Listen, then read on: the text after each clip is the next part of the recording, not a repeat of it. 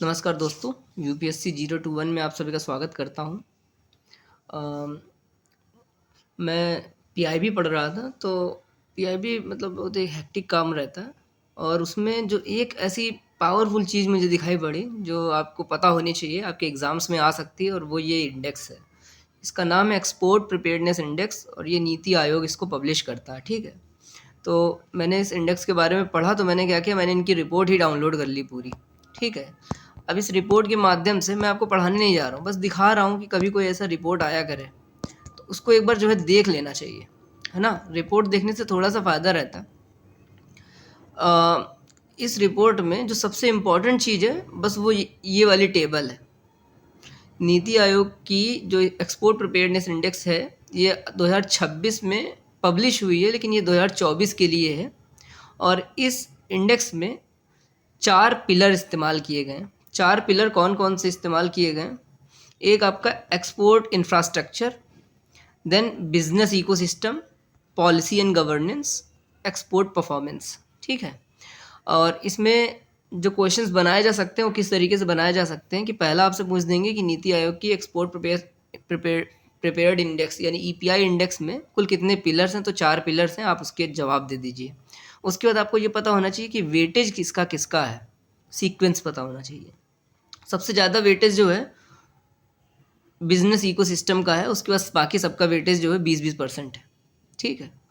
और उसके बाद ये है कि इन 4 पिलर्स के 13 सब पिलर्स हैं, ठीक है? और अगर आप सीबीएसई एग्ज़ाम की तैयारी कर रहे हैं, मुझे नहीं पता कि आएगा कि नहीं आएगा और उम्मीद है शायद ना आए, लेकिन किसी न किसी एग्ज़ाम में ज़रूर पूछा जाएगा क्योंकि बहुत पावरफुल चीज़ है ये। तो इसमें क्या है, कम से कम आप मिनिमम कर सकते हैं तो 2 के जो है 2-3 पिलर्स सब पिलर्स पता होने चाहिए। जैसे एक्सपोर्ट इंफ्रास्ट्रक्चर के अंतर्गत क्या-क्या आता है, यूटिलिटीज़ आती हैं और लॉजिस्टिक्स आता है, ठीक है? उसके बाद बिज़नेस इकोसिस्टम में क्या-क्या है, मैक्रो इकोनॉमी, बिज़नेस इकोसिस्टम में macro economy, cost competitiveness, human capital, finance and credit accessibility, MSME ecosystem, industrial and innovation environment. देखो बिज़नेस की बात करेगा तो जब आपको रैंडम गेस करना होगा ना कुछ, तो आप जो है ये गेस कर दीजिए कि एमएसएमई के बारे में कुछ ना कुछ लिख दीजिए आप, कि एमएसएमई पैरामीटर इज़ इंक्लूडेड, है ना? एग्ज़ैक्टली सेम वर्ड आपको ना भी पता हो तब भी।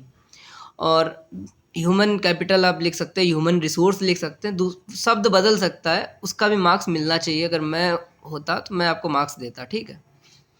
अ, तो इसमें कुछ के जो है आप सब पिलर्स याद कर लीजिए। यूटिलिटीज़ एंड लॉजिस्टिक्स आ जाएगा एक्सपोर्ट इंफ्रास्ट्रक्चर के अंतर्गत और बिजनेस इकोसिस्टम के अंतर्गत आ जाएगा MSME ecosystem, human capital, finance and credit accessibility.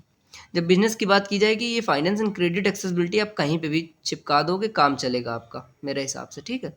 Then policy and governance में state level policy support and governance, regulatory environment and compliance.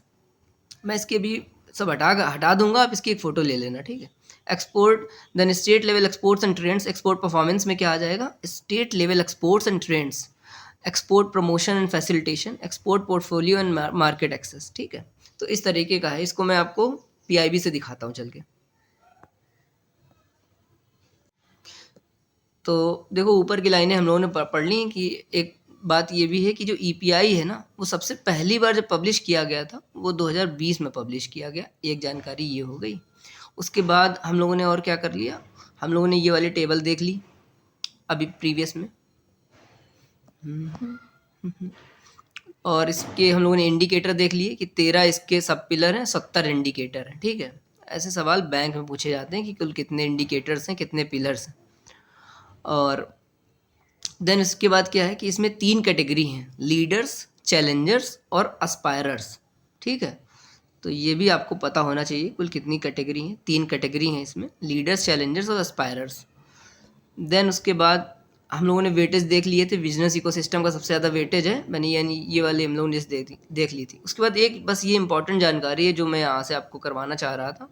मैं रिपोर्ट से भी करवा देता तो लेकिन यहाँ पर थोड़ा ठीक तरीके से लिखा हुआ है कि परफॉर्मेंस वाइज जो है आपको सीक्वेंस पता होना चाहिए कि लार्ज स्टेट में सबसे ज़्यादा अच्छा परफॉर्म किसने किया एक्सपोर्ट प्रिपेयर्डनेस इंडेक्स में। तो टॉप परफॉर्मर आपका जो है महाराष्ट्र, टॉप परफॉर्मर आपका जो है महाराष्ट्र है। महाराष्ट्र के बाद तमिलनाडु, देन उसके बाद गुजरात, ठीक है? उत्तर प्रदेश का इसलिए इम्पोर्टेंट है कि यूपी पीसीएस का पेपर आने वाला है, इसलिए आपको उत्तर प्रदेश पता होना चाहिए अगर आप यूपी से हैं तो उत्तर प्रदेश चौथे नंबर पे, आंध्र प्रदेश 5वें नंबर पे। स्मॉल स्टेट्स में उत्तराखंड जो है आपका टॉप किया है, then Jammu and Kashmir, then Nagaland. Nagaland की बात चली तो मैं आपको बता देता हूँ, नागालैंड की राजधानी है कोहिमा, जो कि आप जानते हैं, लेकिन उसमें ये याद रखिए कि नारी रिपोर्ट एक पब्लिश की गई है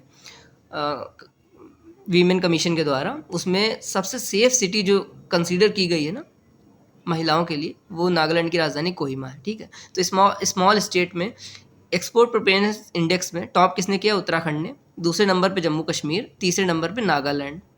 सुबह शुरू के 3-3 बस पता होने चाहिए, ठीक है, और यूपी का पता होना चाहिए। तो ये सारी जानकारी हो गई इसमें।